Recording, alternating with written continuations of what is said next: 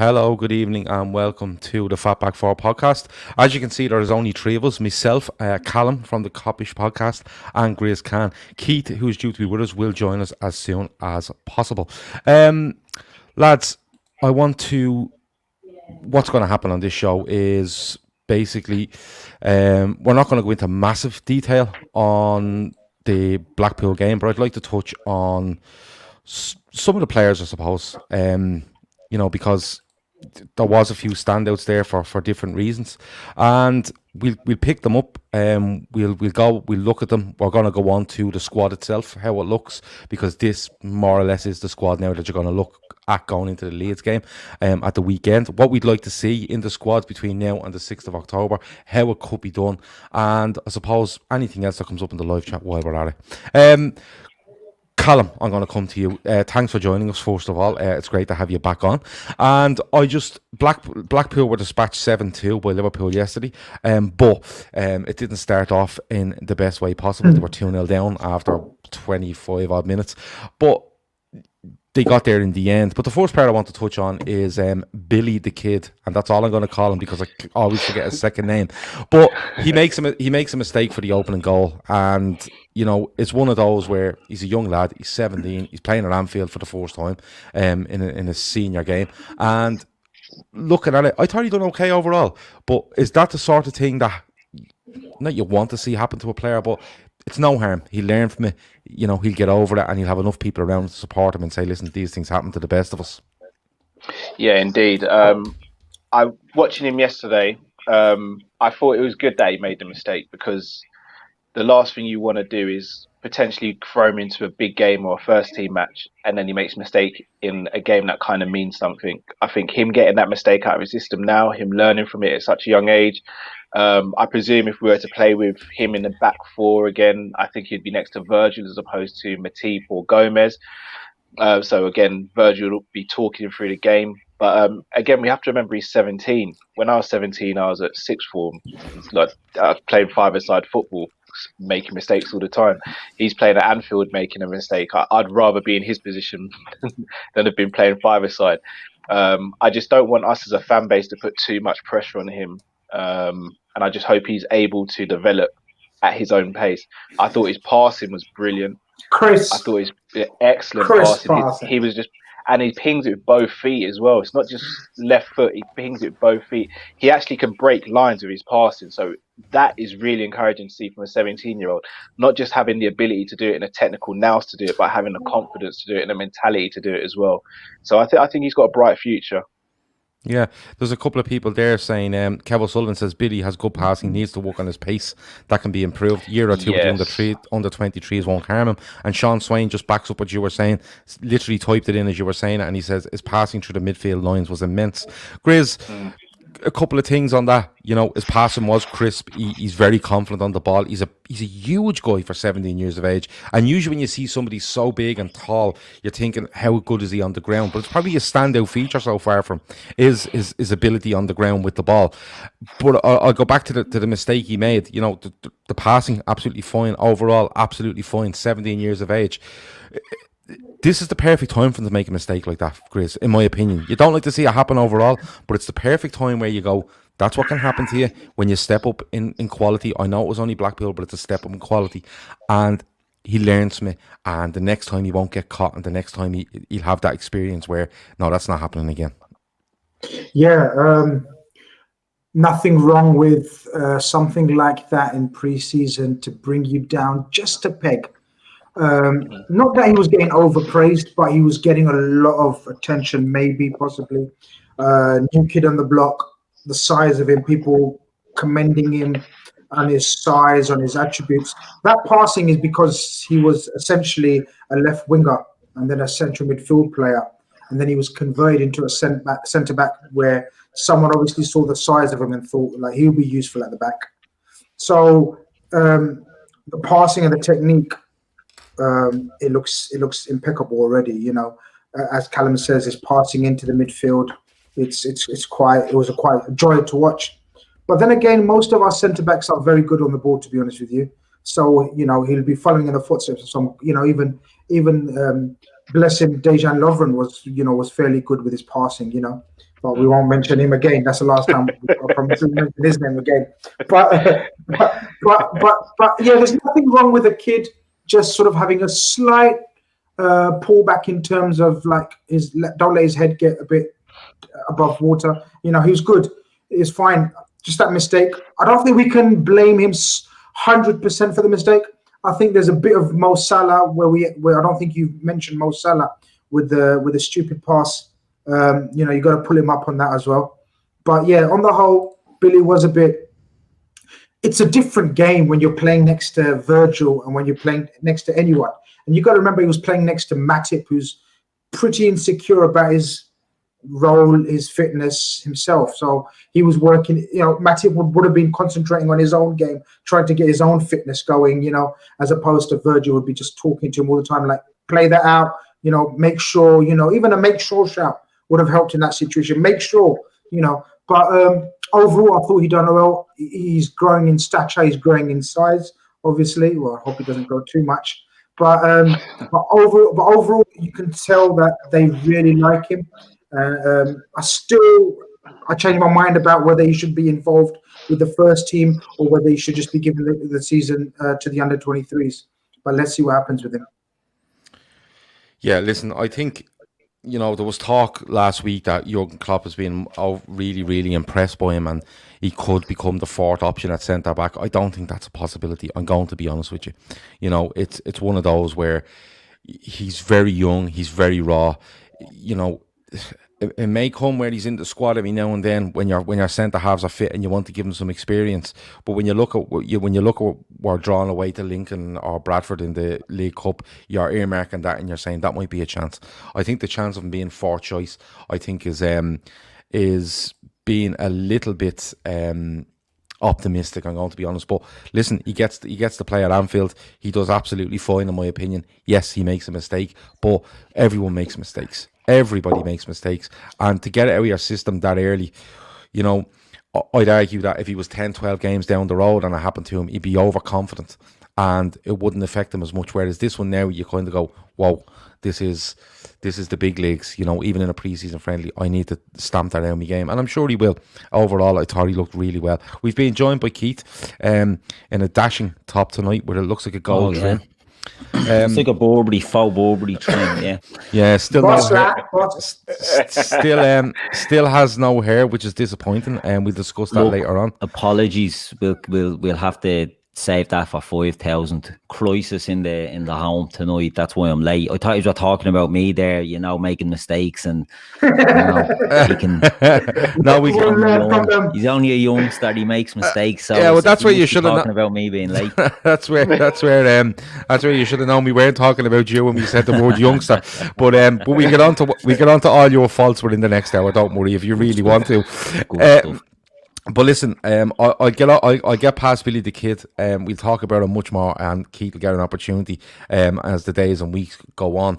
But lads, I want to touch on two players that didn't stand out, but I think I've no issues. I think with the bigger the game, when the real games kick off, I've no issues, and that's Mo Salah and Sadio Mane, who look to me during this pre-season to be holding themselves back, I think, using this as pure fitness. They're not looking for numbers. They're not looking for to be breaking every last sinew to do what they need to do. And Keith, just looking at them both yesterday, you know, they weren't bad, but they weren't overly influential. But again, it looked like to me like they were looking for numbers with regards to fitness, with regards to longevity in the game and stuff like that. Is there any reason to worry there, or is it just one of those where you go, relax, these two are just ridiculously good. When the real thing kicks off, we'd be absolutely fine. Yeah, it's hard to say. You know, the Mo has been off form, let's say, for a while, but we didn't really need him to be pulling up trays for us. You know, the whole team, I think, dropped after we came back after lockdown, and in the few games that we've had in pre-season, yeah, Mo and Sadio haven't been at the races, but I'm not overly worried. If it goes into the season and there's an issue, we may be worried then.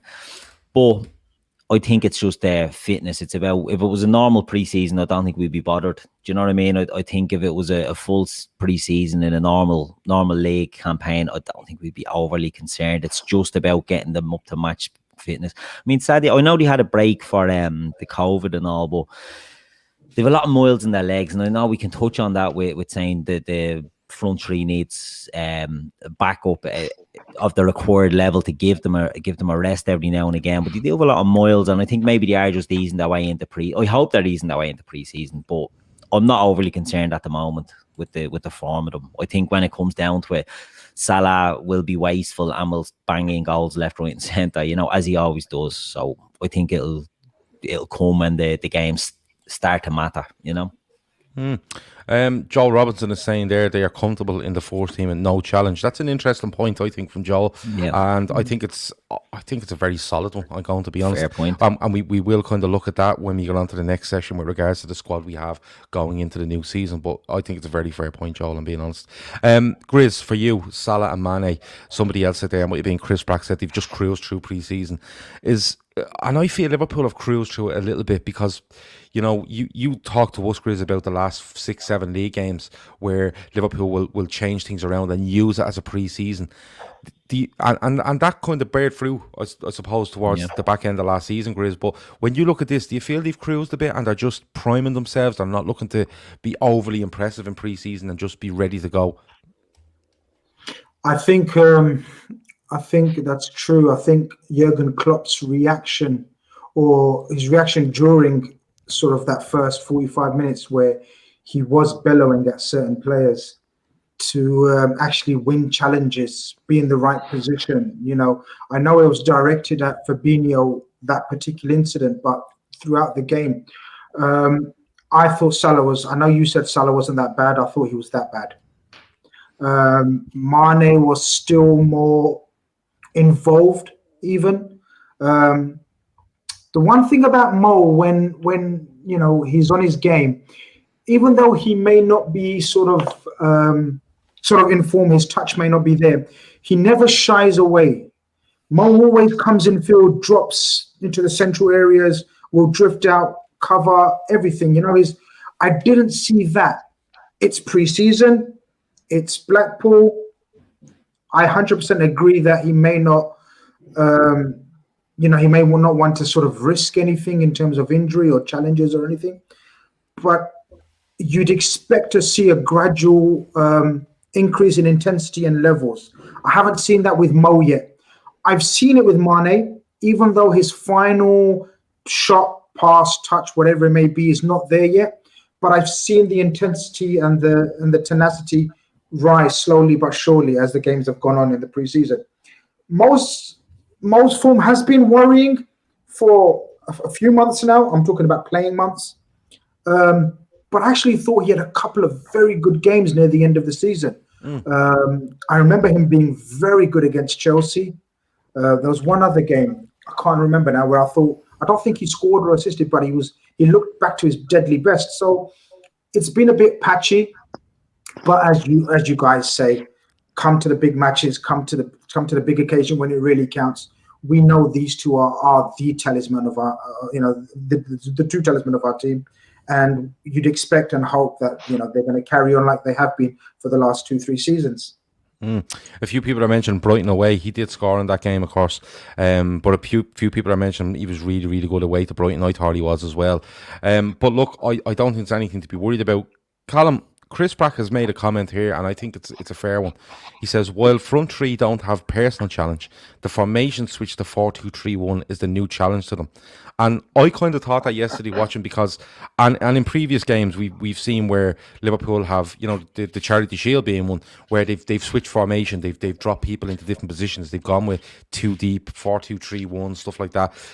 Do you think that's the challenge for these players, where they're so used to this 4-3-3 that's being played predominantly for the last 2 years under Klopp?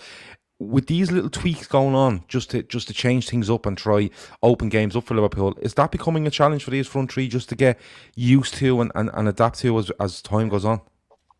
Yeah, I think it will be. I think it will take a bit of time. I think even when we change to a 4-3-3 with this system that we've got at the moment, before Coutinho left. Obviously, Coutinho was sort of the creator in that midfield, and then when he left, Ox came in and was that creator, and then he got injured, and then we went into the season and we were starting sort of Fabinho, Wijnaldum, and Hendo, and obviously the creativity wasn't necessarily there through the centre of the pitch, so we started getting our creativity from the wings, and it took a bit of time for that to bed in as well. So I think it will take a bit of time, but I just think the quality of personnel we've got, I don't think it will take as long as it has done in the past. And I think Klopp's just got his footprints on this club now, that whatever he changes, I think the players will react very quickly to it. It won't happen overnight, but I don't expect it to take a few months like it has done in the past. I think Minamino and Firmino swapping positions is a horrible headache to have for opposition defences, because you don't know who to go with, who to stick with. Obviously, you know you're going to get from Mane and Salah, but when you've got now the added addition of Firmino and Minamino, interchange of positions, do they both go deep at the same time so Salah and Mane can get space in behind? Do they both go forward so Mane and Salah drop slightly deeper? So again, it's a headache for the whole defence. So I think if we can click with it, it will work very well from an attacking standpoint. The concern potentially is from a defensive standpoint, because obviously we've lost a holding midfielder as such, and I don't expect Klopp to tell our fullbacks to not bomb forward as they do at the moment. So it'll be interesting to see how it actually works if we were to employ it more throughout the season. Laura Duffy makes a great point. Mo would also benefit from having Hendo and Trent back. I think that's huge. Yeah. I really do. Especially Henderson. Henderson lets him cheat in the game. I've said this loads and loads of times, but I think the fact it's pre-season, the fact that we're missing some players that are crucial to Salah, I suppose. Robertson is crucial to Mane as well, in fairness, and the fact that they've come off a hard season, they've had a short break, but they seem to go through pre-season where, look, we'll just get ourselves fit, and we'll do our talking come September the 12th. Moving off any sort of negativity, I suppose, there from Mane and Salah, but it's not something that we're worried about, I don't think. And I don't think most people in the chat are worried either. They're just looking for competition, I suppose, to them as well. I think that's a fair point. But moving on to a couple that did impress, and I want to start off Naby Keita. So Naby Keita, we've talked about ad nauseum, to be honest with you, Keith, about it's time to shine. He looks this, he looks that, and I think I've been fairly consistent in saying that Naby Keita has all the tools to be a fabulous player for Liverpool, especially if they're looking to tweak systems. I think it could suit him down to the ground. But this pre-season, I think he's looked really, really good.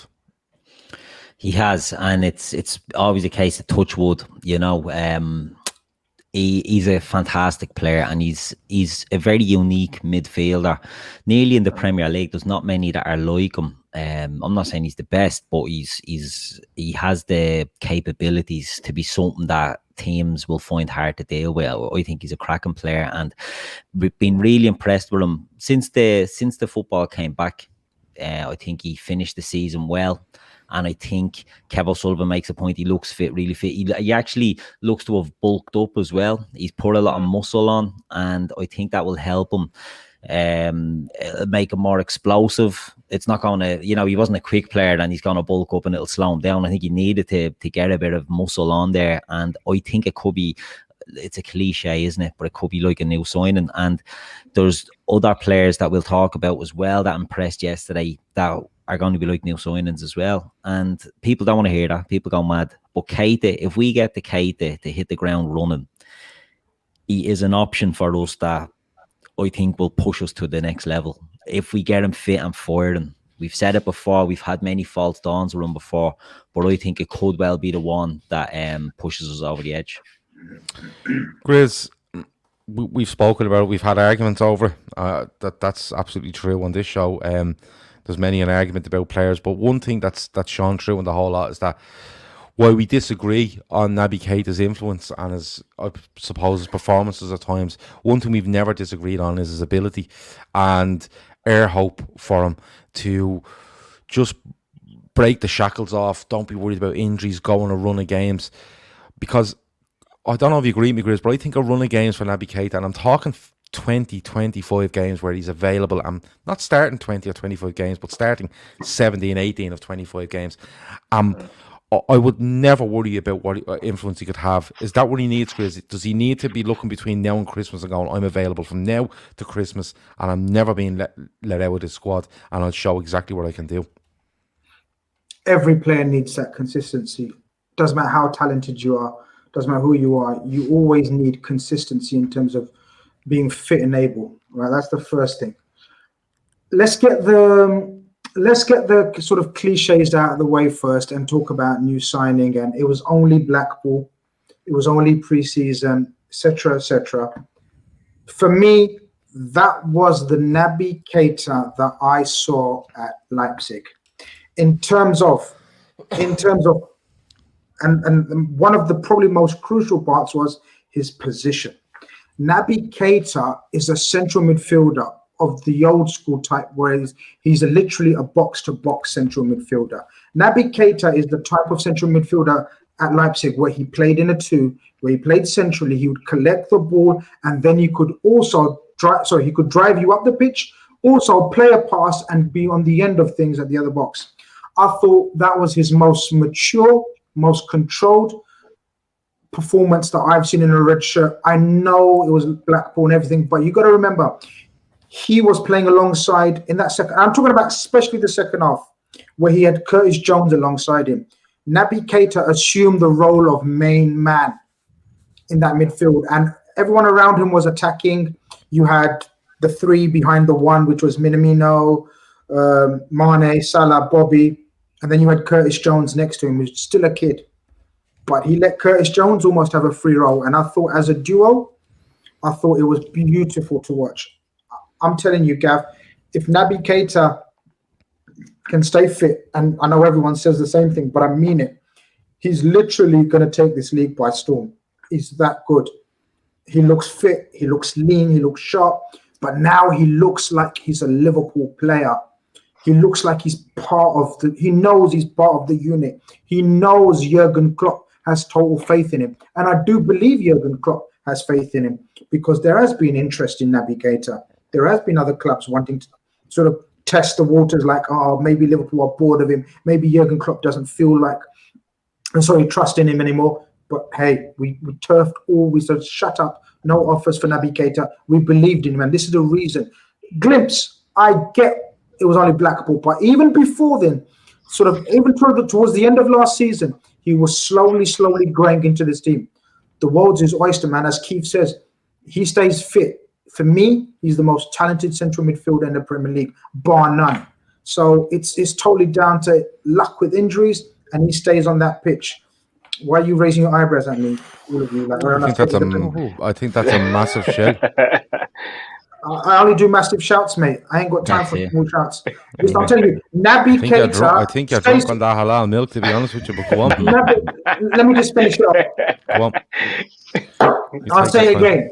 Naby Keita stays fit, and as you said, like a run of games, 17 out of 25, let's say, because no one's going to play every game. It's going to be loads of rotation.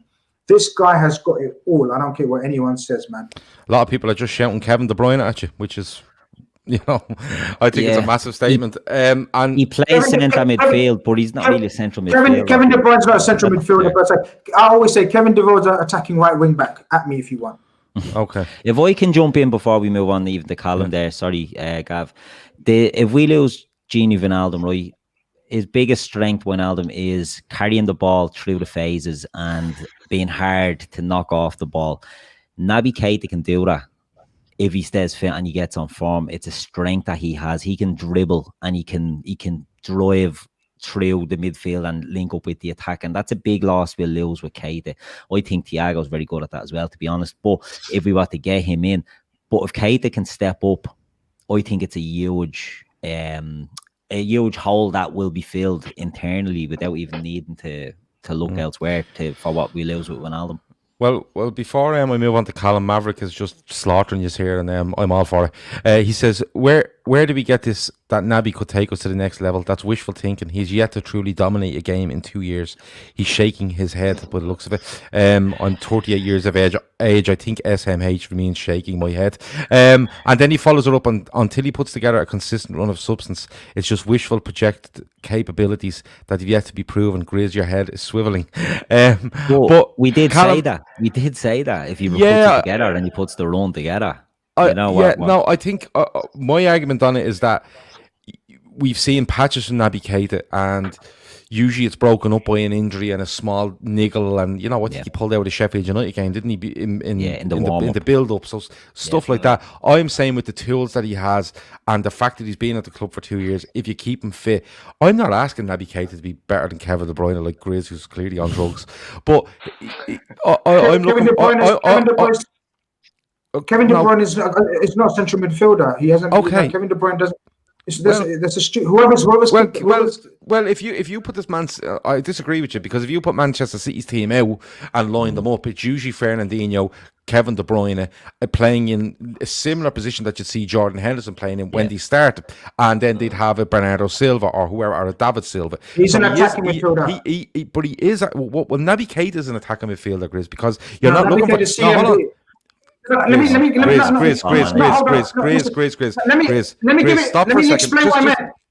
what I mean. Now, for people that say that I don't, we agree with everything on this. Watch this. Exactly. This is gonna go. What I'm saying is, and people didn't listen to this, or I don't think you did either. What I said was the position he played yesterday, which is in a 2. He hasn't played in a 2 for Liverpool. Please correct me if I'm wrong. Anyone, join in the chat. Callum, he hasn't played in a 2. Thank you. So he played in a central midfield position, which he played for in Leipzig. In Leipzig, they played 4-2-3-1. We haven't played that until yesterday, or a couple of times now in 45-minute patches. That's what I'm saying to people that are not listening. He plays in a 2. If you play Naby Keita in a 2, he has the potential to be the best. Kevin De Bruyne plays as an attacking midfielder, is in a 3. Either Fernandinho or the Spanish guy plays as a holding midfielder, and 2 players attacking midfielders, similar to us. Of course, Kevin De Bruyne is the best attacking midfielder in the league, but this guy has the potential, I said, to be the best central midfielder in the league. Thank you. Okay, well, I would argue that the majority of the time you've seen Naby Keita play for Liverpool, he has played in the 3, off the left-hand side of a 3, which is only just across the road from De Bruyne, who plays on the right, and he's nowhere near De Bruyne's level at that. I agree with that. That's not my point. I just repeated what I said exactly. I didn't compare him to in that position. Okay. Which part did you not understand of that? So are you telling me that if Naby Keita plays in a 2 for Liverpool, which we're just going to presume that he has the potential to be the central midfield. So what happens if they decide to go with a 3, Grizz? He has to adapt his game. We're yet to see all the complaints and all. Do you stand over your claim that if Naby Keita stays fit and shows his potential, that he can be the best central midfielder in England in the Premier League, if he plays in a 3 off the left, and he would be better than Kevin De Bruyne? You're standing over that? No, I didn't say that. Right. That's not my point. So you're now trying to compare 2 players in 2 separate positions. I didn't. Someone else did. Well, you're saying that he's the best midfielder in the country if he's central midfielder in a 2. Oh, no. He has the potential to be the best central midfielder. Yeah. Okay. So it's 2 different positions. I'm not saying he's the best attacking midfielder in the country. Do you consider Jordan Henderson a central midfielder? He's multifunctional. He's multifunctional. But he's not the best in any. Yeah. I don't care where you rate him. Do you consider him a central midfielder? Yes. Okay. Yes. But you don't consider Kevin De Bruyne, who plays in the same position, as a central midfielder? No, I said he's an attacking midfielder. Okay. But my point is, Henderson hasn't got the potential to be the best central midfielder, but Naby has. That's the point. Okay. All right. Cool. A lot of people are telling me to clear out my ears. I'll do that afterwards. A lot of people are telling Grizz to stop digging that hole, but that's what we do. If we argue, and that's absolutely fine. Read the comments. Callum, I've let me and Grizz go off on one there, but Naby Keita, for you, is it a case of you just want to see him stay fit and the rest will roll on? Yeah, first and foremost, you guys should have told me to bring my popcorn. I like that little. I'm usually on the other side. I'm usually the one arguing on Kopish, so it felt nice to sit back and chill out this time. No, Naby Keita for me is, and I've said this since we sort of got him. talent, and again, I think this gets confused a lot of the time. I think talent-wise, he's our best central midfielder based on just pure talent. In terms of consistency, etc., you could argue that it's been Henderson at some stage. You can argue Fabinho at one stage and Wijnaldum at one stage. But in terms of pure talent and ability, I think Naby Keita is our most complete central midfielder that we currently have. That being said, injuries have hampered him since he's been here. For me, I don't even need to see 25 games in a row where he's available. Maybe 15 would do it for me, but I just think he needs a consistent run in a team to play at a good level for us to see just what he can do. Because for me, he's been the sort of probably the brightest spark since the lockdown, if I'm going to be honest. He played in the Everton game when we drew 0-0. He came off the bench and he looked quite lively and was looking like he could create something. The Man City game where we got absolutely battered, he came off the bench again and he was the only central midfielder progressing with the ball. Then for me, the game that really just said, I'm here now, I'm a Liverpool player, was that Chelsea game. Even before he scored that goal, I don't know if you guys remember, the ball got fizzed into him when he was on the halfway line. And he did sort of a Cruyff turn on the half turn to Jorginho, just left him for dead. And then obviously he got that wonderful goal that sort of set us on our way to scoring 5. And that was the game where I watched him and I was like, yeah, he belongs now. Even little things like when you see him lifting the trophy and taking sort of backstage photos and they're all having a joke and saying Naby lad, and when they were doing the quarantine workouts as well, he just seems integrating to the team now. And I think we underestimate just how difficult it is for a player to come from somewhere else, come from elsewhere and integrate into a team. We almost treat it and think of it as Football Manager sometimes, that you're getting a good player so they're just going to integrate, but these are human beings and it just hasn't worked out for him so far. But I think if he stays fit, he could potentially give Klopp a real headache as to who starts in our midfield on a regular basis. But it's a nice headache to have. And I don't want to see Klopp playing him out on the left. I just want to see him playing in his preferred position in the middle of the park, being allowed to play his game. I mean, yesterday, I thought he was our best player from start to finish. The first half was a write-off, but I thought, again, he was our best player in the first half. Second half, him and Curtis Jones, you kind of worried for him because you're thinking it's a really attacking lineup. Who's going to cover for him defensively? But they dominated the ball in the second half and he just really established. And he looked like he'd played at Liverpool for a good 3-4 years consistently yesterday. And again, I know it's Blackpool, so I'm not going to go over the top, but I think Kate has arrived and I hope he stays fit and he proves to be that player we've signed from Leipzig. Okay. I think overall, the thoughts overall between us and the people in the chat is that you need to see him fit, and he's still probably overall, when you look at everything, he probably still ranks behind a couple of the midfielders. You know, you could argue Wijnaldum, Henderson, Fabinho. You know, just talk of Thiago coming in, but that's for later on in the day. But he probably still ranks behind them, and the thing holding them back is consistency.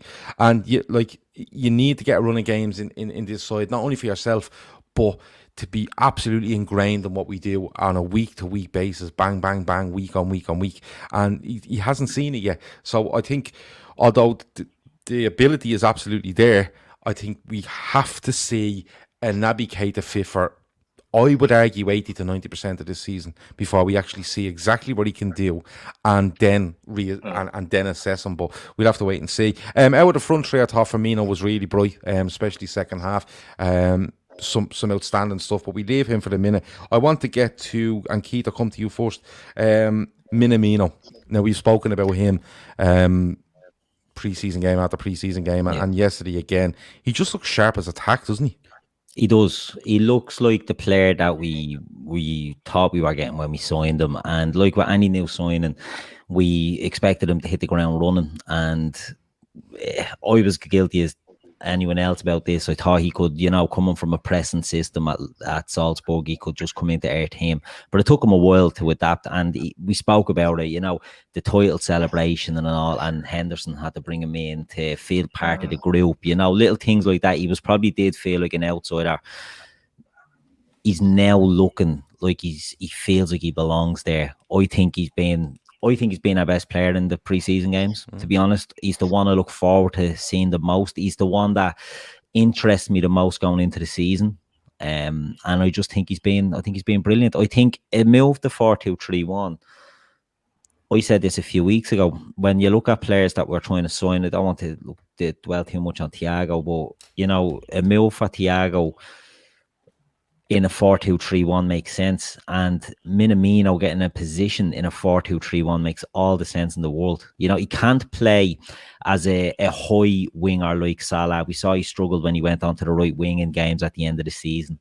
He looked better on the left against Newcastle when he went for Mane, but that was dropping deep. He wasn't, you know, up the very end of the pitch. He was coming in and finding positions, and he was having shots. I thought he looked very good there, and I think he's made for a 4-2-3-1. If we decide to go that route. I see just talking the chat that we never done 4-2-3-1, and Dean Murray is adamant that we did at the start of 18-19. I think he's right. I think we did go with Salah up front with Bobby dropped in behind for a few games. I think it's one that Klopp, we all know he played that way at times at Dortmund, and the way this, look, we don't have Thiago, we haven't bid for, well, we haven't got Thiago. I don't like including them in our team, but if that signing goes through, the 4-2-3-1 looks like it could be the way forward for the team, and I think Minamino will benefit. I think Keita could benefit. I think there's so many of them that can benefit from that position formation change. Somebody said there Daniel Sturridge is signed for Spurs. I can't see it, but wow, what a move that is. Grizz, for you, Minamino, as I said, he's sharp as attack. Keith has big hopes from. I think I've said he gets at least 10 goals for this season. Is he someone that you're looking at pre-season and just saying to yourself, yeah, he's just bedding in here and he's starting to show his quality game after game now? Him and Naby Keita, in my opinion, should be one of the first few names on that team sheet for Leeds with their performances. Again, Minamino has been utilized in a number of positions, and again, me and you have discussed and argued and in our WhatsApp, and shout out to Shane Devil, who argues with me loads about his position, and we talk about it, and I've insisted from the start that Minamino will be wasted if we look at him upon as a Bobby replacement. Absolutely wasted. Bobby is unique in the role he plays, and not only can Bobby play that in world football, but Bobby is one of the best in his role in that position. Minamino was bought off the form and of his performances of Salzburg, where he played in the position that he's been playing the last few games. And as a result, as a direct result of that formation change, as Keith alluded to, we're seeing the best of Minamino now. Some of the understanding and link-up play between Keita, Bobby, and Minamino was a joy to watch. I totally agree that it's not a formation that is Klopp's sort of go-to formation in the last couple of years, because we've come across a formation, a system that suits us, that makes us a machine. But a lot of the criticism we received from some quarters, mostly, some from others, even from within the Liverpool fan base, was that we've become predictable in the 4-3-3. Arsenal in a couple of games, Burnley in a couple of games showed us that it can be stopped. Teams maybe have started working us out, blocking the wing backs, marking our wide forwards, doubling up on our wide forwards. Mourinho done it, didn't he, against Spurs? He put Tanganga onto Mane, and so therefore. And people were sort of criticizing, therefore, the three central midfielders whose jobs were completely different to what was being asked of them in that situation. So when our three central midfielders were asked to create and cause havoc, they weren't. That's not a criticism. That's maybe the way they would be trained, coached to play in that formation. From what I've seen so far in pre-season, I think, and I've said, Jurgen Klopp always evolves this Liverpool team, and that's the beauty and genius of this manager that we've got. And if he's thought about this, and if they've trained, and I believe they have been coached into this 4-2-3-1 to be not always deployed, but as an option, as a weapon, as a formation of attack, I think teams will be in trouble. I think the fluidity, the interchanging of the midfielders, the attackers, I think it gives us a total different dimension. Yes, we played. Do you remember, guys? We played against Southampton and we were 3-0 up or something, but he still changed it at half time because he thought Southampton had too many attacks against us. Do you remember where Shaqiri was subbed? Shaqiri got taken off, yeah. So he hit the free kick, didn't he? Smashed the crossbar. That's right. Got the tap in. That's right. So there is, it has been in the backdrop of his mind, but he didn't need to change it because we're such a juggernaut. During the end of the season, during preseason, we've sort of stumbled, and then so people are asking for something different. And we always talk about transfers and people coming in. We know he likes to fix problems internally, and this could be an internal fix where he absolutely sort of changes up the central midfield, change the formation, and it lights up Bobby. And Bobby looked like a different player. Bobby and Minamino, it looked like they were playing with free wills. They knew when to go, when not to go, interchange. Some of their one-touch, two-touch play around the box was a joy to watch. It hasn't. Gav made a very good point about, has it affected Mane and Salah? Maybe temporarily, but they're such great players that they will get used to the system, and I think we will flourish in it. I think the change of system has been the biggest key for Minamino. I just don't see him utilised best in a 4-3-3. Okay. Callum, I think we've all covered Minamino fairly. We've just talked loads about him. So, do you agree with all that about Minamino? Are you excited about him for the season? Have you any predictions about how many goals he's going to score? And I'll let you take Curtis Jones before we move on. I'm not letting these two talk about Curtis Jones because he took loads of time up on Minamino. So, a little bit on Minamino, and I want your feeling on Curtis Jones as well. Minamino, when we signed him, I was very happy because obviously watched the 2 games where he played against us in the Champions League, especially the first game at Anfield, where I thought he was brilliant. Played us like it was one of the best performances I've seen from an opposition player at Anfield for a good few years.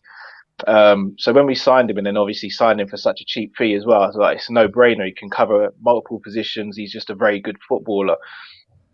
Again, I saw a lot of people getting on his back when we first signed him, especially in the first couple of months, saying he's not going to make it. And I was just like, he just signed in January. We're going to win the league. Let's give him a bit of time. Like, he just got to find his feet. And I think now he's finding his feet. Again, the Newcastle game, I look towards that game and I think, yeah, that's the game where he sort of found his feet.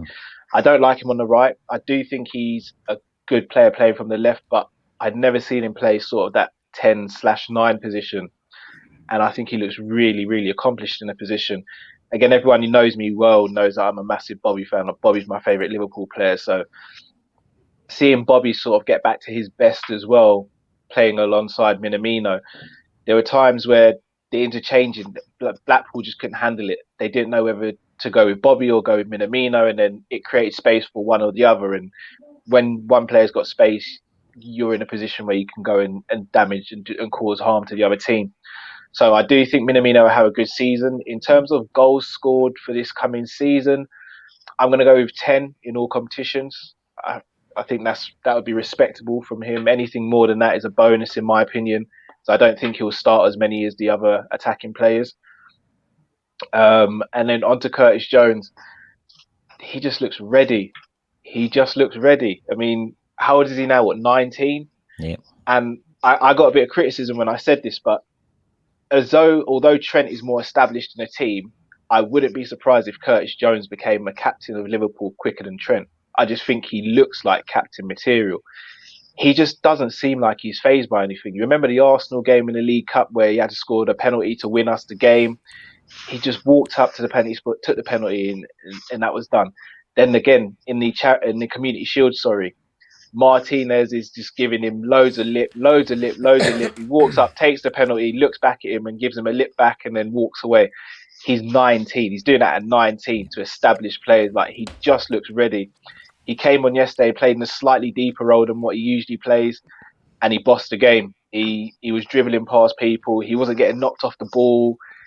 He just looks accomplished, and he's just got a lot of confidence as well. So Curtis he's someone that could really make a stand this season. He could be that guy who kind of shuts people like myself up, who said we need a Coutinho replacement. He could be that guy that says, well, I can get you goals and assists for midfield, so don't need to go out and get anyone. So he's got a role he can play this season, and it would be beautiful if he could.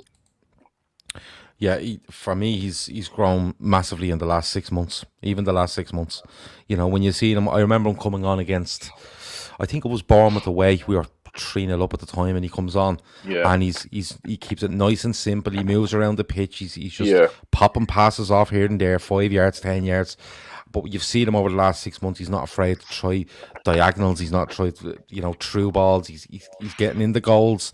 He's progressed massively, and I think Grizz has mentioned this a couple of times, where and Keith probably as well, where he does an interview after game and he says, "I want to be in the first team. I want to be the first team. I want to be playing. I believe I should be playing." And people thought naive of the fella, and I thought, and a few of us thought, no, you want players like that. You want players to believe that they're the best, regardless of what age they are, because you'll always hear the argument if they're good enough, they're old enough. And I believe that, go back and look at Michael Owen.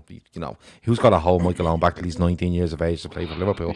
So I think he's a massive talent. I don't want to see too much put on him this season, though. I'd like to see him, if he started 10, 12 games in the league this season, I'll be fairly happy. You don't want to throw too much on him, but I think he's an absolutely huge prospect. Before we move on, there's a couple of bits and pieces I have to tell you about. Firstly, hit the like button. It's important for us. It lets us know that you're enjoying this, and we have a look at it after each show. So if you're on, there's 775 on at the moment. If you please hit the like button, that's absolutely great. Instagram, please follow us on Instagram, because Instagram is going to be the place this season where you get a chance to come on and talk to us. We're going to be doing Instagram lives just before every game and just after every game, and it's the chance for people that watch this show and other shows that we do. You got to teach me how to do that. You got to teach me how to do that. No, Grizz, you're not on it, Grizz. You're not. Grizz, I couldn't teach you about all beans, for fuck's sake. Give me a chance. Try me. I'll do my best. I will assign that to somebody else, no doubt, because listen, I need to be sedated by the time the whole process will be over. But thank you. No problem. Always here to help. But Instagram, thanks for the interruption, by the way. Instagram, listen, get on there, follow us on Instagram, and we will be going live before and after every game. It gives you the chance to come on, let us know your thoughts on the game before it happens, and let us know your thoughts on the game after it happens. You just request to come into the live show. We come in, give your thoughts for a minute or two, drop back out. We get as many people in a 15-minute period. We feel it's something that not a lot of people do, and we want the people that are on here that constantly give us feedback and constantly look to get involved, a chance to do that on Instagram. With regards to the jersey giveaway, I'm back on the trail tomorrow trying to hit golf balls in a bucket. Weather holding up. The weather's been appalling, absolutely appalling, but it looks okay for this week, so I'm just going to keep trying until I get it, and I'm videoing all this, and I will just edit it down to when I actually get it and who's going to win it. Okay. What you should have done there was got a bucket and said you'd put the names on a bit of paper and throw them into the bucket, and you'd had this done ages ago. This golf balls into a bin was an ambitious one. Yeah, it was ambitious at the start, and the chickens have come home to roost on that one. Yeah, but they haven't come home to roost. They're fucking waiting ages to come home to roost. But listen, I will get it done, and I will make that shot. Don't worry about it. I will make that shot. I have got the 5 finalists, and as soon as I have, we'll do a short video to reveal that. Okay. Predictor King, you're running out of time. That closes this Friday at midnight. Okay. Go on to our YouTube channel. Go to Predictor King video. It's there about Predictor Ace. If you go to our Twitter page, you'll actually see it on the top of our Twitter page. You go into the YouTube video, go into the description, and you will find your 50 questions. Type them out and send them to the email address provided. The Fantasy League is also back. We've done a tweet on that, which we will update. Everyone can join. It's a bit of banter and it's a bit of laugh, and it's bragging rights at the end of the season. Okay, few more bits to tell you about later on, but we will get to that later on. Sorry for taking you up. Sorry for having a discussion online live about Grizz trying to set up Instagram, which will be horrific, but will probably be some of the best content we've ever done if we videoed Grizz trying to set up Instagram. It would be absolutely amazing. But listen, moving on, lads. We're 6 days out from the season starting now, and it looks like the squad we have now will be the squad that goes into the game against Leeds. So I just wanted your thoughts basically on how you feel about the squad. Now, it's a fantastic squad, don't get me wrong, it's league champions, but people wanted to see bits and pieces added to it, maybe a couple leave, a couple of additions and stuff like that. And Grizz, I'll come to you first. Going into this season, the squad as it is now, I know we have a transfer window that ends on the 6th of October, but looking forward to, it starts against Leeds. How confident are you? How comfortable are you? And I suppose, what do you want to see happen between now and the transfer window closing? Confident, fairly. Comfortable, fairly. And the reason for that is sort of where we at as a team. We're on top of the on the league. We're still champions. We've not lost any first team players. We've added adequate left back cover. We're going to end up with adequate cover in the other areas that we wanted. I don't know what more people want. Form wise, as we've discussed, a couple of our guys can sort of get that extra 10%, would be nice. But that comes, every team will have the same scenario, same situation, where some of their key players are not up to speed yet. It's absolute normal. It's natural. It's football. You go through past seasons, early doors, shocks happen. Teams, underperform. Some of the lower teams overperform. It's a bit of a lottery this season, how it's going to go. Nobody really knows what kind of form everyone will be in. It's a fresh start, but we've got no reason to be dismal. We've got no reason to be down. We've got no reason to be not confident. We should be, our chest should be puffed out and sort of, as Klopp says, ready to attack this league, whether it's fans or whether it's the players or the coaches. We all got to be sort of confident and sort of thinking that we're going to continue this amazing phase that we're going through. I don't see any reasons for despondency. I don't see any reasons for negativity. But that's maybe just me. I mean, I don't know what you guys think. I'm very comfortable. I'm very calm. I've discussed what the negatives are in my view. The form of Salah, the form of Fabinho. I don't know if we touched upon it, but maybe there's a conversation to be had around Fabinho's form. But apart from that, youngsters coming through, the rise of Jones, the rise of Minamino, it looks good. You got to remember we got Virgil and Hendo and Trent to add to this, Robbo to add to this squad. Fantastic world class players right there. We're stronger than some of our own fans think sometimes, and that's disappointing. We're actually stronger than some of our own fans think we are. Looking forward to the rest of the window. We've been adamant that we'll get a couple more in, and those couple will be very, very able Liverpool players to make us even stronger. And that's where I'm at right now. Okay. Very fair analysis of it all. People looking for the fancy league code, it's on the screen right now. B60A6G. That B60A6G. I'm doing that for the people that download the audio later. Keith. Yeah. The squad is as it is. We expect a couple of changes before the window closes. People are asking, like, why are A, B, and C spending and we aren't? And others are saying, well, why are we going on about quotas when Chelsea and Man City don't care? If you actually look at Chelsea and Man City squads, they have the quota they need. Yeah. They absolutely do. But this is Anfield put up a thing, it might have been yesterday or today, going on about this quota, which we've been speaking about for 3 or 4 weeks. Yeah. That the quota is one of the main reasons that we haven't brought somebody in, because we need to hold off and get people out first. And it's quota and it's finances at the same time. But what way are you fixed on this squad? Are you happy? And do you expect a couple of changes to occur by the time the window closes on the 6th of October? Yeah, I think you're right. We touched on this weeks ago. Before a lot, not saying we broke news, but Shawnee, in fairness, was on top of this quota very early, that we have a squad, a 25-man squad, when you register all players, and we've got 17 non-homegrown players in that squad. That's the max you can have. So we lost homegrown players out of the squad, but we have the max now. The likes of Robbo was a non-homegrown player. He's in that list. The two, we saw the list of the 17 players that are on that list, and I can quickly run through it there. Just give us a sec of the players. And it's the goalkeepers, right? We've got Adrian, Alisson, and Karius. The defenders, we've got Virgil, Robbo, Matip, and Tsimikas. Midfielders, we've got Fabinho, Gini, Keita, Grujic. And up front, we have Firmino, Mane, Salah, Minamino, Origi, and Shaqiri. Now, the glaring ones that stand out on that are Karius and Grujic, right? We know Gini's situation, but that's a slightly different one. That he could go. But until we can move some of these players out, at least one of these players out, if we bring one in, it weakens our position in signing players. It weakens our ability to sell players. Sorry, it weakens our ability. If we bring in, let's say, for argument's sake, we bring in Thiago and we bring in Dake, right? We have to get rid of 2 of these players. Now, short of ripping up contracts, we have to sell them. And teams are going to be like, well, these are desperate. These are scabby.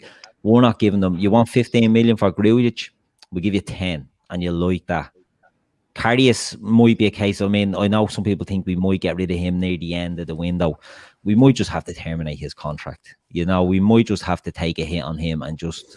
He's actually refused a couple of loans, which is disappointing. But it's disappointing that no one's actually bid any money for him. We've had loan offers, but he's actually refused loan offers. But loans will do. You know, we just need to get them out of our squad, and it's something that people think, oh, Man City, Chelsea. You look at the makeup of their squad; they have a lot of the homegrown players in the squad. You know, and it doesn't matter what they do. They, you know, let them do what they want.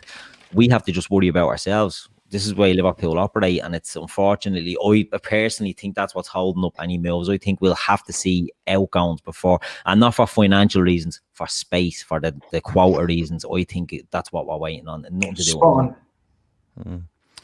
Barry Devon, says we can still sign a foreign player, just don't need to register another player for the league campaign. But the problem there is if you're not registering for a league campaign, his value plummets because you're never going to use him, and this is what it's all about.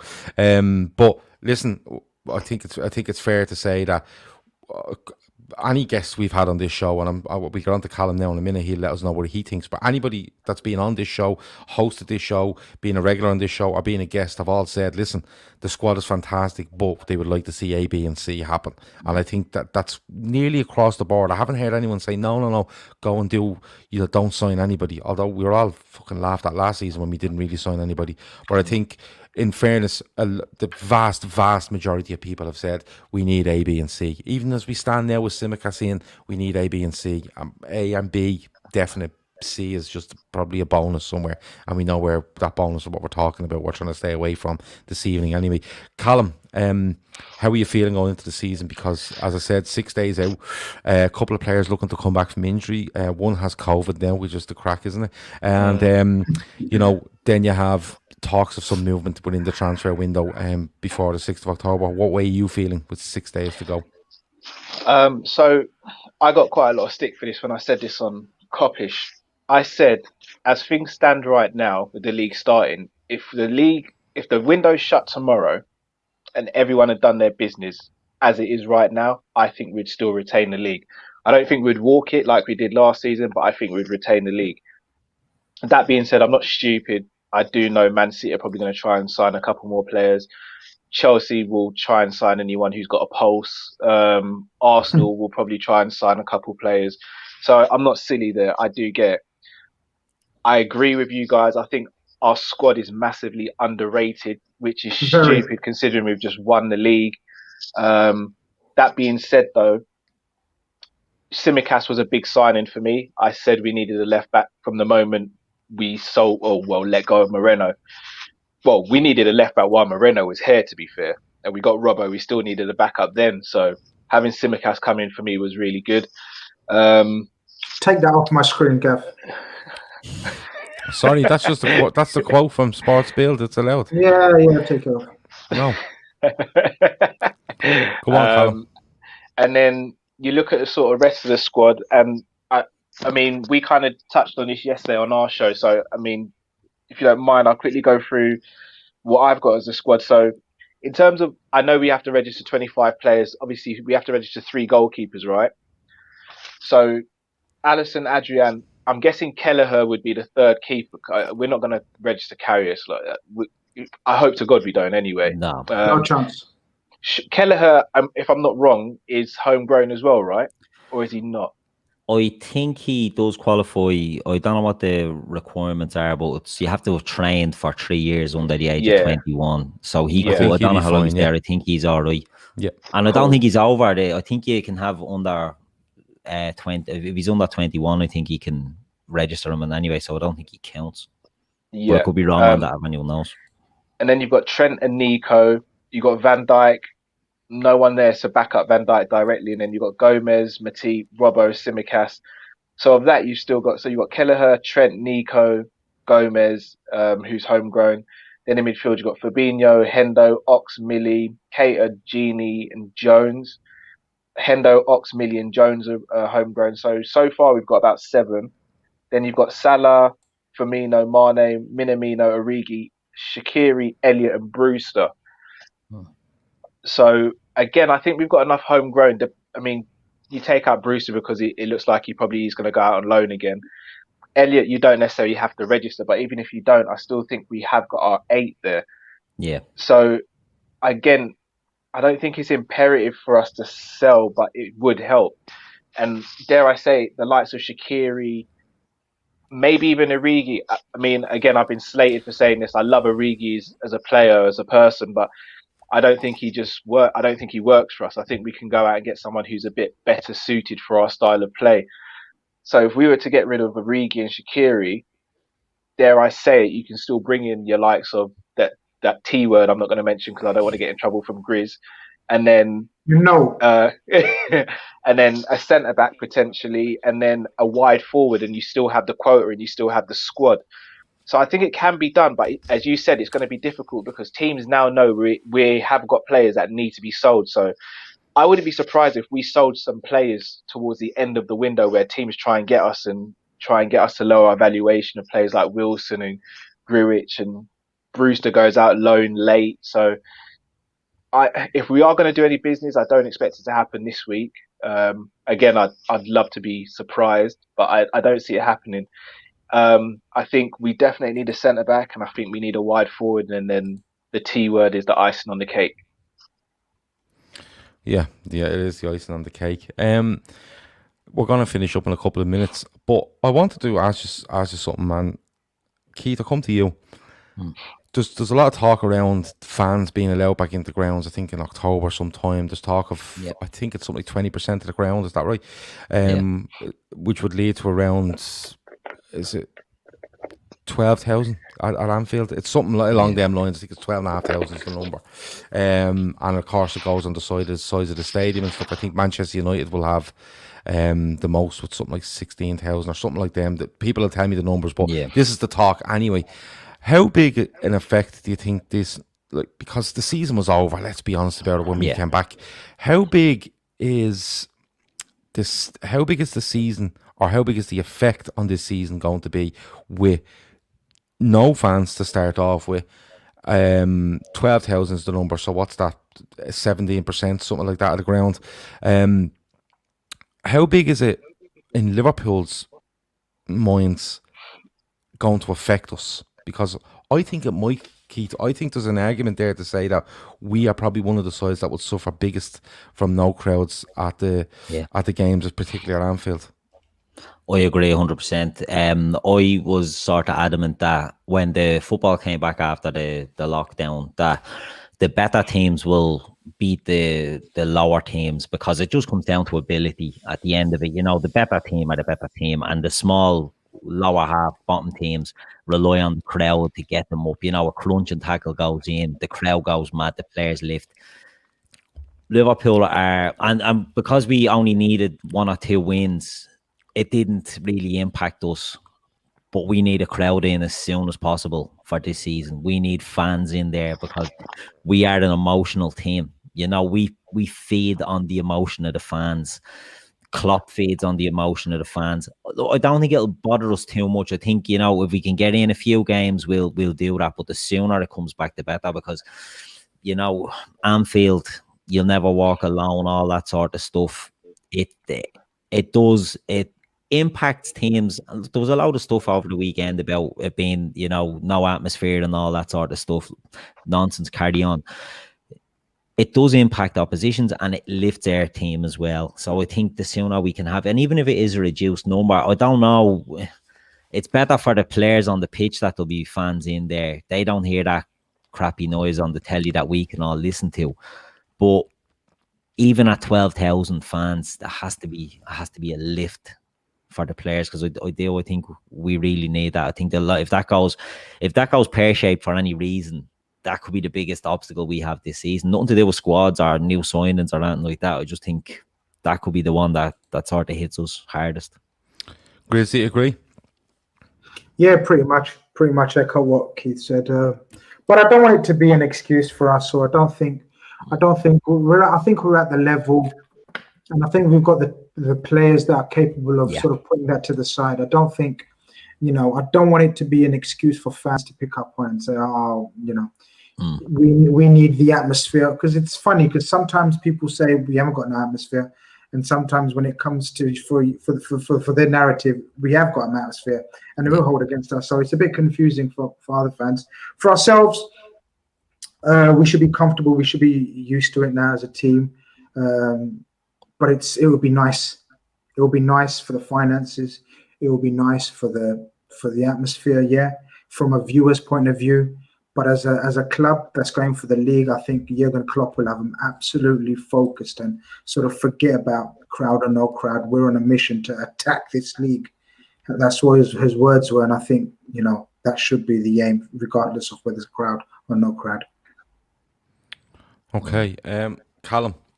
Mind over matter asks, can you host Gav for the next show, please? I don't know what that means. If he wants to, let me know. If Callum wants to take over hosting duties, I'm all for it. I really am.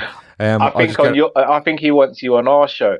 Oh, okay, yeah. If that's the case, we'll do our best. I don't even charge that. I don't even charge as much as Grizz, who played a fortune last week to go on to Kopish as well. So I charge very little. But I'm only messing. None of us charge each other. Fuck's sake! It'll be all over Twitter now. It will be. Making a fortune. But for you, like there's loads of different opinions coming in here where it's it doesn't matter. We had crowds for years and we still couldn't win a league, and people are saying, of course, it does. People turn up at Anfield with their tails up because they know they're not coming into an atmosphere that can be quite intimidating, despite whatever that Arsenal fella tries to tell you. But for you, does it make a big difference? Have you seen? I know it's a hard kind of sample size to look at when the league was more or less over, but do you think 4 or 5 home league games in, do you think you'd be able to read it better, or is it something you're just thinking, look, everyone is in the same boat, you just go and deal with it? Yeah, I think everyone's in the same boat, and I know a lot of people use the sort of after lockdown to say we didn't play our best. I mean, Burnley was the only game where we dropped points at Anfield, I believe, when we came back from the break. Yeah. We smashed Crystal Palace, we knocked 5 past Chelsea, and we beat Aston Villa, who literally just came to defend. So I don't think it'll affect us as much as people say. Now, if it was a game such as we're down 2-0 in the Champions League semi-final in the second leg at Anfield, then yeah, I think it's going to have an effect. But for your sort of regular league games, I don't think it's going to really affect us. I mean, you look at it.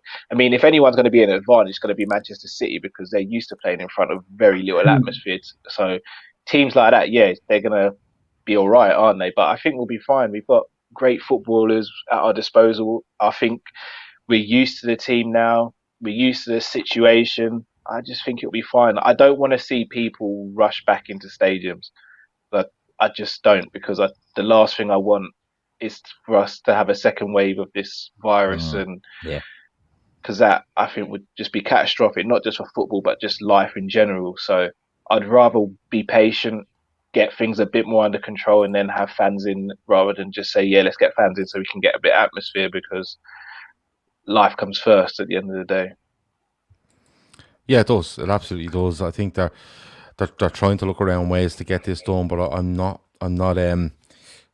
like somebody says there, the government are losing complete control of what's going on now in the situation. I don't know whether it's norm, though, isn't it?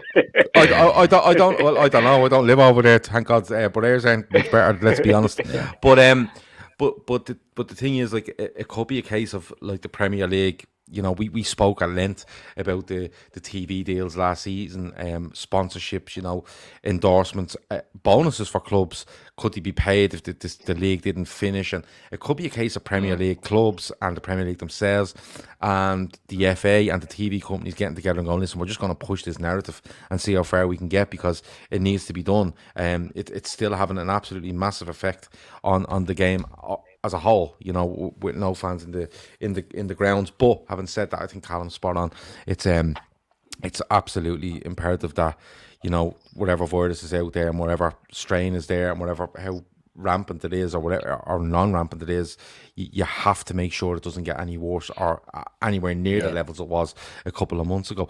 Grizz, anything before we go? Somebody did ask why you weren't playing in Soccer Day today, but if you don't want to answer that, you don't have to. He was in the squad, but he had to pull out in the warm-up. He done a Naby Keita. Yeah. That's the one. I sent my brother Chunks. So He only had one XL jersey, was it? So you had to sit it out.